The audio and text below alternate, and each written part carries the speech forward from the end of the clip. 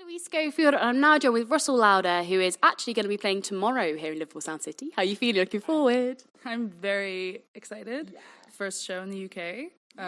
It's going to be a solo show and a full band show, so I'm very excited. And it'll be the debut of the full band as well. Yeah. Is this something you wanted to do for a while, is go to the UK and do some shows? Yeah, I mean, I was hoping, I didn't think it would happen until later, but luckily this opportunity came up, so we just came over for the showcase, and yeah. It's fantastic. Yeah. Because you now on Lisbon Lux Records, aren't you? So how did that kind of come about for you?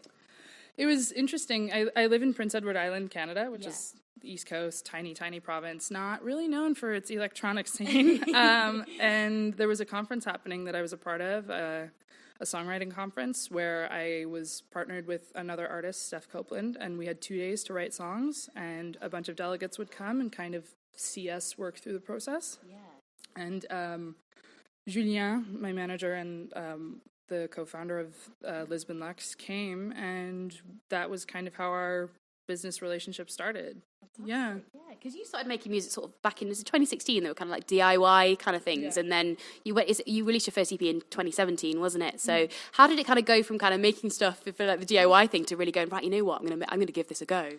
Well, it was interesting. I released the initial EP in 2017, and I didn't even know how to play it live. But then I got an offer from a festival in New Brunswick, so I just sort of got it together, and then I was just touring from that time until November of 2018.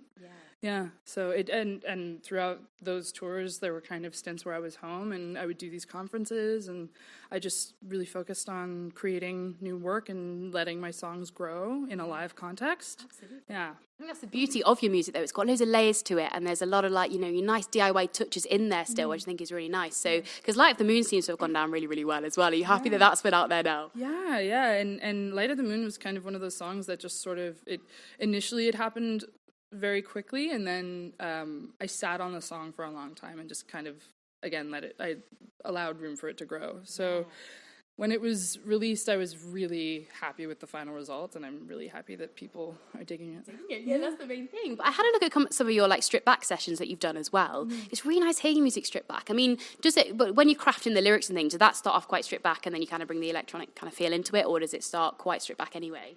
It actually starts with the production usually. Oh, brilliant! Yeah. So I started out as a guitar player growing up, but so I've kind of been revisiting guitar and rearranging my songs on guitar just in my own time, and I might be able to showcase that at some point down the line. But mostly I just start with the production, and I get a loop of sounds that I like, and I just sort of ad-lib over that.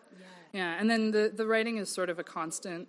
It's like I'm always writing and I'm never writing at the same time. Yeah. Like it's something that I think about constantly, but it's not. I don't sit down and like I'm gonna write a song. You know? Yeah, it doesn't come out then. It creeps up on you, doesn't it? Yeah, exactly. Which I like. I like that it's sort of this gradual process that doesn't really feel like it has a.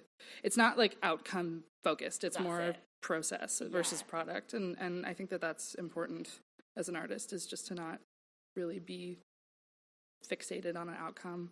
Because you can never really control that. No, it's got to be quite evocative. And I think it's nice as well because you can kind of bring in a nice performance aspect to that as well. So it must be quite nice kind of crafting your live shows, and now you have a band and stuff. It must be really, really cool. Yeah, I love, I honestly don't even want to look back after working with a band. Like, I've got 2 really great musicians on board right now, and it's breathed new life into the songs that I knew that the songs could expand with more people being involved, but not at this level. And even just like, this is our first time touring together in the UK, and so it's like we all have a really great energy around each other, and it's cool.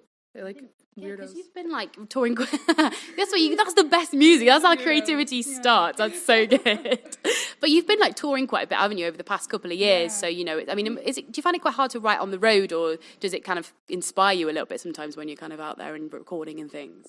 Well, I was on the road for a year and a half straight, basically. I think I did 6 tours in a year and a half. Yeah, it was wild. Yeah, it was almost not good. But it was good in terms of, like, I allowed the live space to be somewhat of a creative blank slate. So I would allow room for improvisation in shows, and then I would save my set and then go and work on it while I was like on the bus. Oh, wow.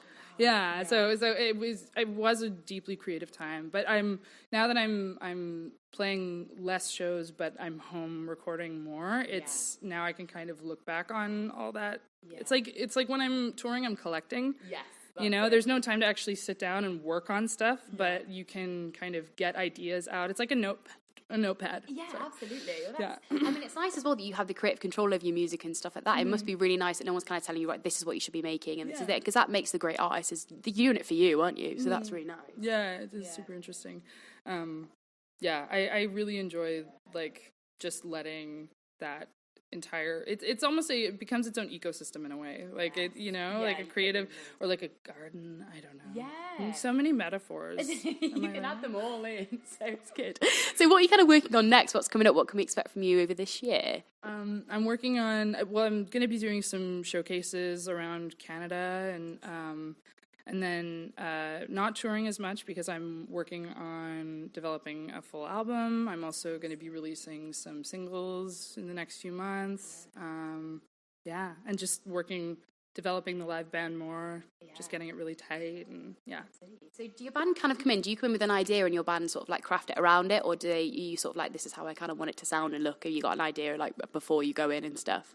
Well, so my live band is I've passed the production to another person, Nemo, and then I have a live bassist. So, but my bassist lives in Boston, and Nemo and I both live in Prince Edward Island. So what we do is Nemo and I work on the production together. I basically kind of hand him the songs, and then he works on transitional stuff. We kind of bounce it off of each other. It's a really collaborative process, but I also give him a lot of control because I trust him and he's great.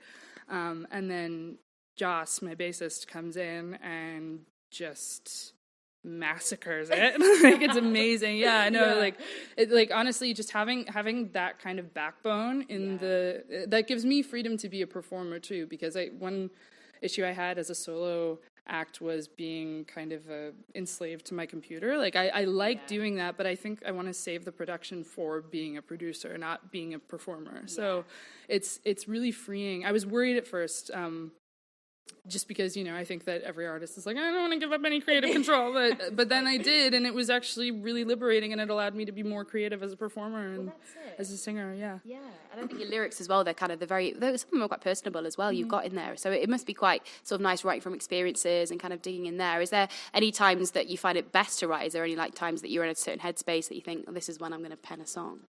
It honestly, it's such a gradual process that there's never really a moment where I sit down and I'm like, I'm going to write this, it just sort of, it happens over time. And I say that the songs are kind of the gifts that keep on giving in a way, because, so often I'll look back on a song and I'll reflect on the time that I was writing that part of the song, and it's like, I didn't even know what I was processing at that time, but it teaches you so much about yourself even after it's done. So, I'm still finding meaning in lyrics that I've written years ago. It's mad, isn't it? Yeah. You kind of look back on situations. It's like a time capsule almost, isn't it? And you think, wow, I remember being in that moment. Yeah. Oh, well, thank you so much for chatting to me today. Absolutely. All sounds so exciting, and I'm so excited for you to be playing in the UK. I think everyone's going to be buzzing to see you as well. It's going to be fab. Thank you so much. Thank you.